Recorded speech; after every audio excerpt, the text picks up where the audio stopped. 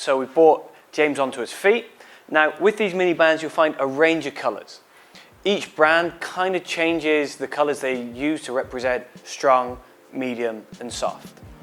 To start with, always go under what you think.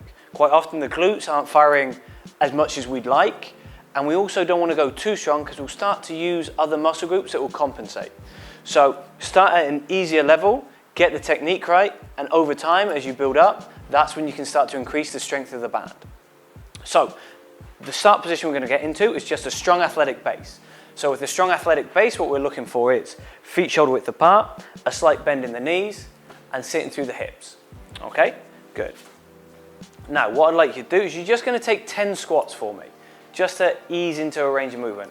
Take your hands out in front of you. That's going to help you counterbalance. Good.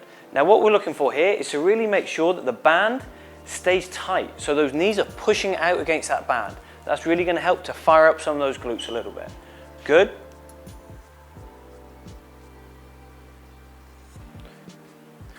With this kind of easing in, there's nothing wrong with starting a little bit shallower and just working into your depth, particularly if it's first thing in the morning after a heavy training session the night before, and you just want to gain range whilst activating those glutes. So that's our first one. So I'd recommend just 1 to 2 sets of anywhere between 8 and 10 of the mini band squat. After that, what we're really going to look to do is we're going to look to do knee drops. So we're going to assume the same position as before. So into that nice strong athletic base. Okay, a little bit deep for me, James. Good. Now what we're going to do is we're going to drop in the knee and come back out.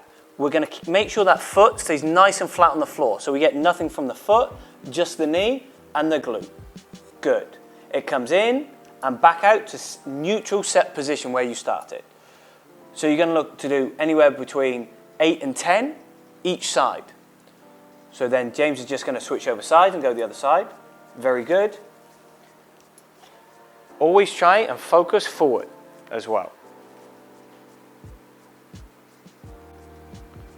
Good. So this is a mini band knee drop, and you can follow this after squats, and you can work about 8 to 10 reps per side.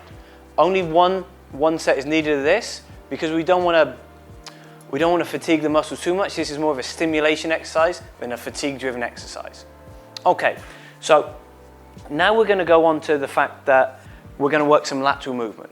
So the key thing we always have to remember with some of these mini bands is the further away from the glutes, the harder it's going to be for the glutes. So particularly if you're new to these exercises, we want to try and avoid putting them around the ankles. Longer lever point, it's going to be a little bit more difficult. So correct band and around the knees. James is going to take a nice athletic base posture again. Good. Keep looking forward. Now what we're going to look for is a lateral push, so a lateral walk. Knees are bent, and he's going to push from that back leg. So hands are going to be on here, push all the way through with his right foot and come back into the middle. And then push with the left and come back through. Key thing is to keep the tension on the band and don't let those feet come together. So we're making sure that those glutes are activated the whole time through this exercise. So James, just start by pushing right for me. There you go. Good. And back down. Good. Very good. And relax a second for me. Some of the things we want to look for in this is, first of all, as I mentioned, the knees coming together. But also, what's quite common is people to push and come up. So we want to make sure we stay low throughout the whole exercise. If you can do it in front of a mirror, or if you're working with a partner and you can spot each other, this is a really good way of just keeping an eye on that technique. So just go down again. Good. Push and recover. Good. Staying nice and low. Knees are staying apart. Excellent. So we're going to look to do about 5 each side. So that will be 10 in total. Okay, now we're going to go up to the last level here. So again, we're not looking for lots of repetitions and lots of time spent on the mini band. We're just looking to stimulate it. If we start to fatigue and get that sort of lactic acid burny type feeling, we've probably gone a little bit too far. So that's something for you to note that in future, that's not what we're looking for. So try and almost avoid that deep into repetition. So 2 to 3 sets is probably going to be too much for you. So we're going to start with the athletic base again. This is going to be a really good one for goalkeepers. We're going to look to stay strong through the knees. As we know, ACL injuries are a real issue and can cause a huge amount of time lost to players.